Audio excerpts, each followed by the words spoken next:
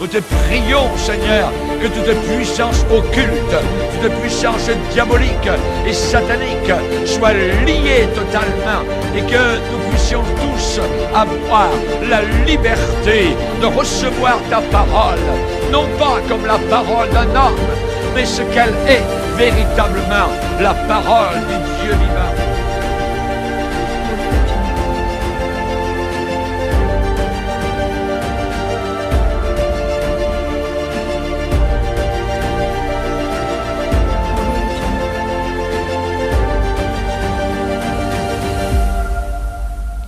Seigneur, qu'il est bon d'avoir la paix avec toi, qu'il est bon d'être en paix avec toi, qu'il est bon d'être réconcilié avec toi. Ce n'est plus une histoire de nos efforts personnels pour gagner tes faveurs. Au contraire, c'est toi, Seigneur, qui nous aide. Que la grâce et la paix vous accompagnent, chers amis. J'aimerais aujourd'hui nous plonger dans les Écritures et j'aimerais nous amener, n'est-ce pas, dans cette courte vidéo, j'aimerais nous amener dans l'évangile de Matthieu. Nous sommes dans Matthieu au chapitre 26 et le verset 31. Et voilà ce qui est dit. Il est dit, je serai pour vous tous, en cette nuit, une occasion de chute. Là, c'est Jésus qui est en train de parler à ses disciples et il leur dit, je serai pour vous tous qui avez eu l'habitude de me suivre avec fidélité, je serai, moi, votre Seigneur, en ce soir, en cette nuit, pour vous tous, une occasion de chute. Chers amis, la nuit dans laquelle Jésus se plonge, la nuit dans laquelle il entre, est une nuit assez révélatrice. C'est une nuit pas comme toutes les autres. Cette nuit est assez révélatrice en ce sens qu'elle va dévoiler les cœurs des uns et des autres. Cette nuit va mettre à nu les motivations cachées des disciples. Elle mettra en lumière les motivations, les raisons pour lesquelles les uns et les autres s'attachent, suivent Jésus. Cette nuit est une nuit que j'appelle la nuit qui nous dévoile. La nuit qui dévoile nos cœurs. Alors, en cette nuit, le premier cœur qui sera dévoilé ici, c'est le cœur de Marie. Alors que Jésus se trouve chez Simon le lépreux, la Bible nous dit que Marie entrera dans la pièce afin, n'est-ce pas, de manifester son amour extravagant. Animée par cette extravagance dans la démonstration de son amour, elle viendra au pied de Jésus avec un parfum d'une très grande valeur. Et la Bible nous fait comprendre que Marie déversera ce parfum de très grande valeur sur la tête de Jésus, notre Seigneur. Les amis, j'aimerais que vous puissiez remarquer ici que Marie, dans son acte, est en train d'offrir au Seigneur une adoration extraordinaire. Non seulement elle va donner quelque chose d'une grande valeur, quelque chose qui a du prix à ses propres yeux, et bien sûr aussi, disons, aux yeux de Dieu, parce que ça lui a coûté quelque chose. Elle va donner cela, mais elle va aussi se donner elle-même. Marie donnera ce parfum d'une très grande valeur en le déversant sur la tête de Jésus, mais elle va se donner elle-même tout entière également lorsque, avec ses cheveux, elle nettoiera les pieds du Seigneur Jésus. Marie, en cette nuit, pas comme toutes les autres, va dévoiler aussi la sincérité de son amour. Car en réalité, c'est en cela que l'on reconnaît le véritable amour. Cet amour qui nous pousse à donner à Dieu ce qui nous coûte de manière sacrificielle. Cet amour qui nous pousse également à nous donner à Dieu. C'est ça le véritable amour. L'on se donne et on donne à Dieu. Dieu lui-même a montré l'exemple de cet amour lorsqu'il est dit que Dieu a tant aimé le monde qu'il a donné tout ce qu'il avait de plus cher pour toi. La Bible dit qu'il a donné son Fils qu'il avait de plus cher pour toi. Ça, c'est donner ce que l'on a de plus cher.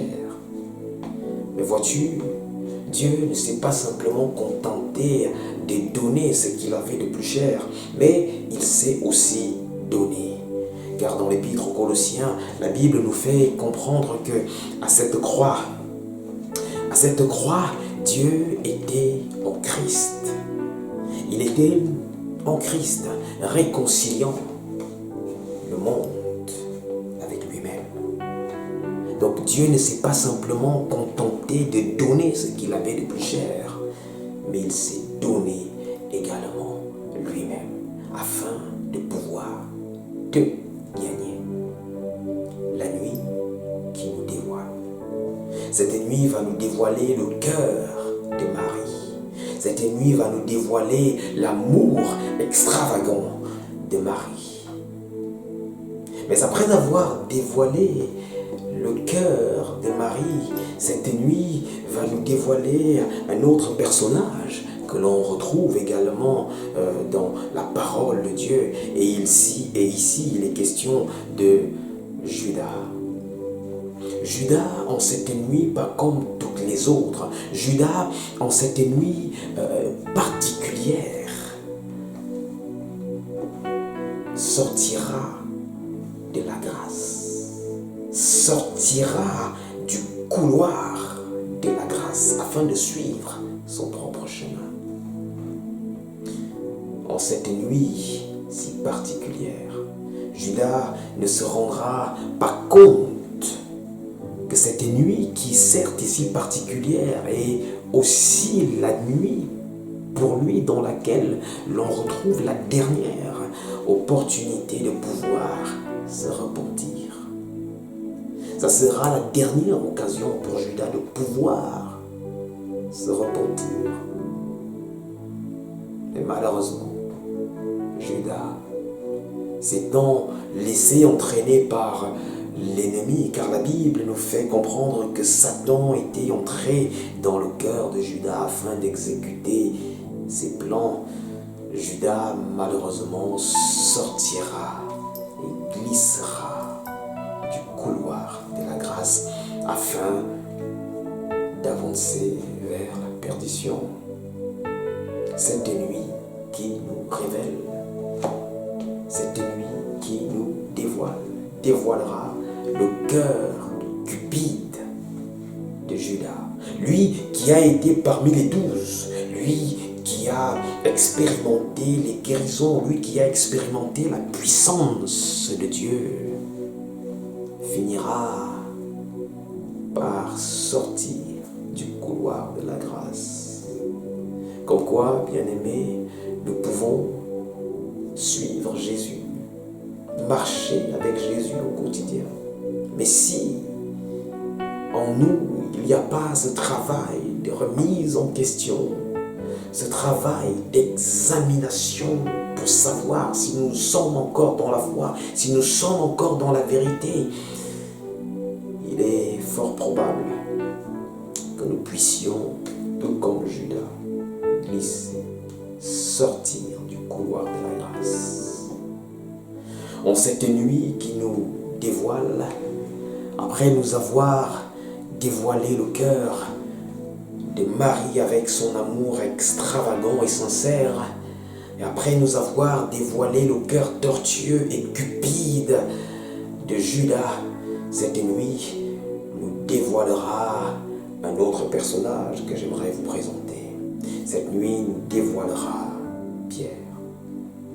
Pierre, dans ses prétentions, lui qui se prétendait être au-dessus d'eux, lui qui se prétendait être meilleur qu'eux, ne savait pas qu'en lui-même, au travers de toutes ses prétentions, il était en réalité aveugle et inutile pour le royaume de Dieu.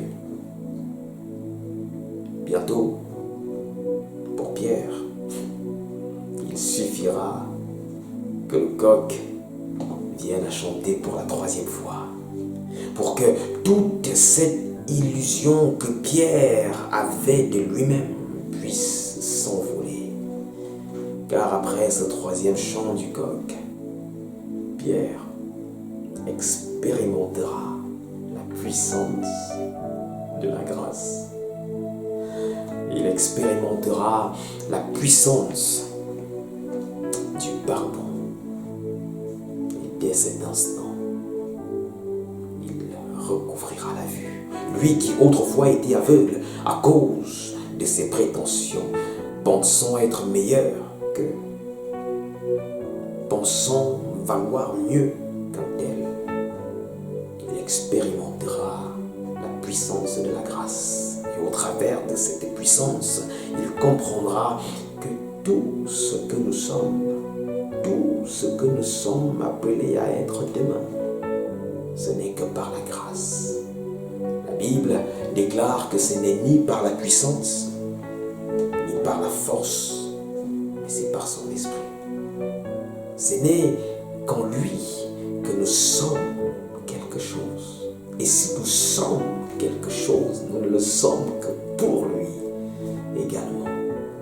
Pierre découvrira la puissance de la grâce. Il expérimentera la puissance du pardon.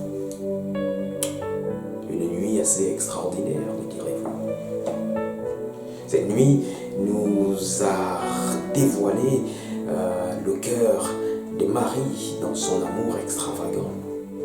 Elle nous a dévoilé le cœur tortueux et cupide de Judas. Elle nous a également dévoilé le cœur prétentieux de Pierre. Alors, qu'en est-il des autres disciples? Cette nuit dévoilera-t-elle également le reste des disciples?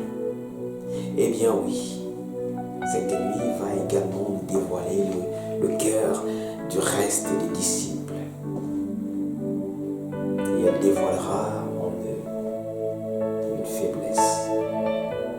Cette faiblesse spirituelle, cette faiblesse, n'est-ce pas, dans ce à quoi Dieu nous attend.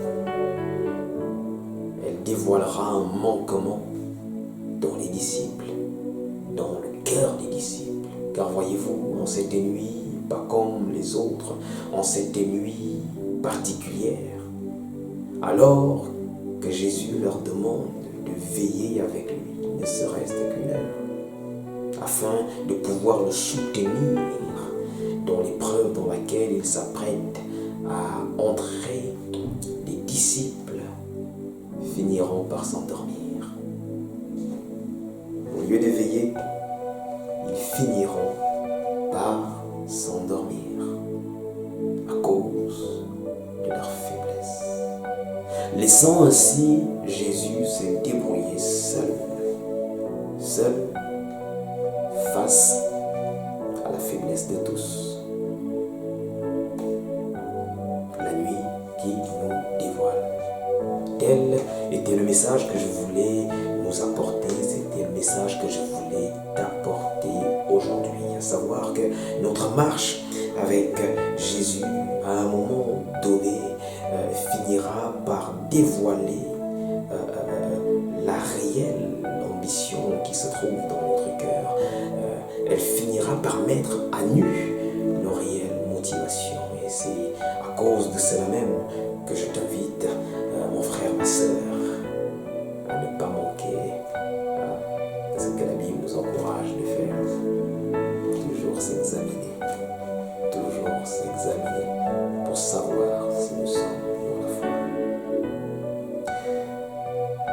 donc encouragé, sois donc béni et que l'Esprit de Dieu